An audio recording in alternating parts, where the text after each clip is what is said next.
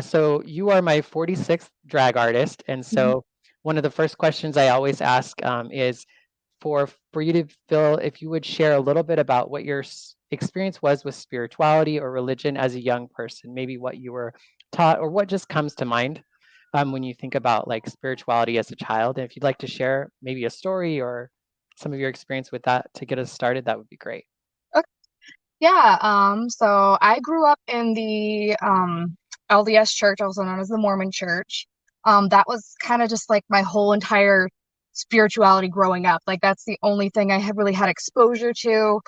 Um, all my friends pretty much were Mormon. Mhm. I was Mormon, and I was one of the good Mormon kids. I know like a lot of kids will be like Jack Mormons, but no, my family was all just like very religious Mormons, and that's like both sides of my family. So that was basically just my experience was growing up under Mormonism and all that Mhm. that comes with that. And for people who don't know, Mormonism, aka the Church of Jesus Christ of Latter-day Saints, is a sort of fringe Christian religion that believes that there's another book besides the Bible called the Book of Mormon, and that there was a prophet named Joseph Smith, and there's kind of that. But they're also kind of well known for being um, not the most welcoming to queer folks. Mm. And it's a very colonizing religion in that its main goal is to spread um, their religion throughout the world, basically. And it is kind of a worldwide religion at this point, but only for the sake of, missionaries who go abroad and bring that faith to others. And so growing up with that, it was just kind of expected that I would grow up straight, cis, be a woman, marry a man, have babies. Mhm. Um, and so that's just kind of what I did. I grew up. I had a little phase my senior year of high school where I kind of stopped going to church, but um, then there was just a moment one day where like just something hit me and I was like, you know what? I want to do the church thing. I want to get married in the temple. And for those who don't know, the temple is where like all the, as they term, like covenants and ordinances get done except for baptism. Um, like there's something called the endowment, which is like where you go in and supposedly you make promises with God, and it's all very gendered and very strictly like boy girl lines, right? Mhm. So having that experience where like I went into the temple and did that, um, and then eventually got married in the temple as well, which is only open to temple recommend holding Mormons. Mhm. um, And were you feeling good about this up until this point? Like, were you I happy? I was happy for a long time, and it was something that really did it. It offered structure, Mhm. and that's kind of what I've come to realize is that for a lot of people, religions like this will offer good structure for them to kind of just like base their lives around. And for some people, it really works. For some people, they grow up with that and it's what they want. And I mean, I'm surrounded by people who are still in the church since pretty much my whole family, except for my two younger siblings, um, are kind of just still in the church. Like, Mhm. so like there's a degree of accepting that comes with that now. Um, even as I kind of like I got to a point where I started questioning things and realizing, okay, I might not be cut out for this. This is not really working for me.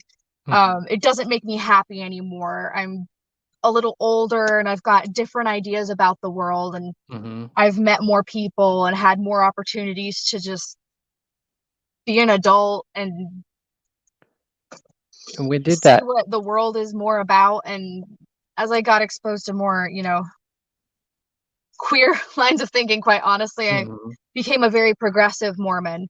And I was exposed to a lot more queer people um, who didn't fit the mold of the perfect Mormon. And that was really appealing to me. And I noticed a lot of them ended up eventually leaving, and I started to sympathize with that and empathize and realize, I probably would be a lot happier if I wasn't a part of this anymore. Mm. So I just kind of stopped going to church. And Um, when was this that you like in your life, like how old were you or what was going on when this started to yeah. change for you? It really started to change after I got married. So I was 19 when I got married. Mhm. I was quite young. Um, But that's fairly like kind of the norm, right? The yeah, social norm. Yeah. yeah, it's definitely the norm, and not even just for Mormons. A lot of people that I grew up with who were Christian, as I started, branch out from like having Mormon friends once I started school, like a lot of Christian kids from, little, will get married pretty young too. That's fairly typical. And what you see a lot of the time is that these marriages don't tend to last unless they're Mm. really in it. Um, but it kind of started after I got married. I started, like, I went through a depressive phase, um, and kind of realized that it was really hard for me to go to church, and I just didn't for a while. Mhm. And then me and my then spouse were really good about going to church for a while after that. I had my first kid, um, and they made a policy in my stake, which is like a group of, like, there's wards, which are like smaller groups of people who go to church all together, and then there's stakes, which is like a bigger group of people comprised of those smaller groups. Um, my stake implemented a policy that if you were late to church, you couldn't take the sacrament.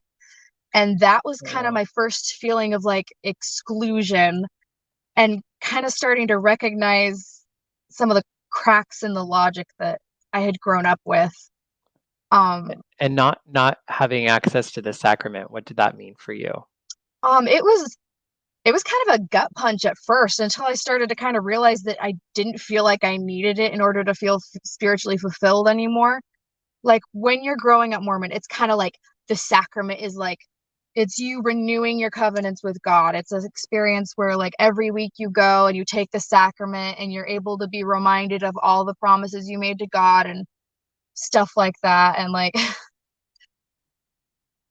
it was not super easy to kind of be like faced with that cognitive dissonance of like, oh, you're supposed to do this and you need to do this in order to be clean, but Right. also, sorry, you can't come in because you were late to church. Right. So it almost kind of took you away from access to that time with God. Yes. I was pregnant with my first kid at the time, and I was not doing so well. Like, I found out with my second child that I was actually anemic, which is probably why I was having so much trouble first time around. Um, and yeah, it made me extremely sick and lightheaded to be in the warm chapel with everybody. So I basically had to just sit in the foyer, and I couldn't take the sacrament. Medically speaking, I couldn't, even though I could show up to church. Right. It was it was quite the experience.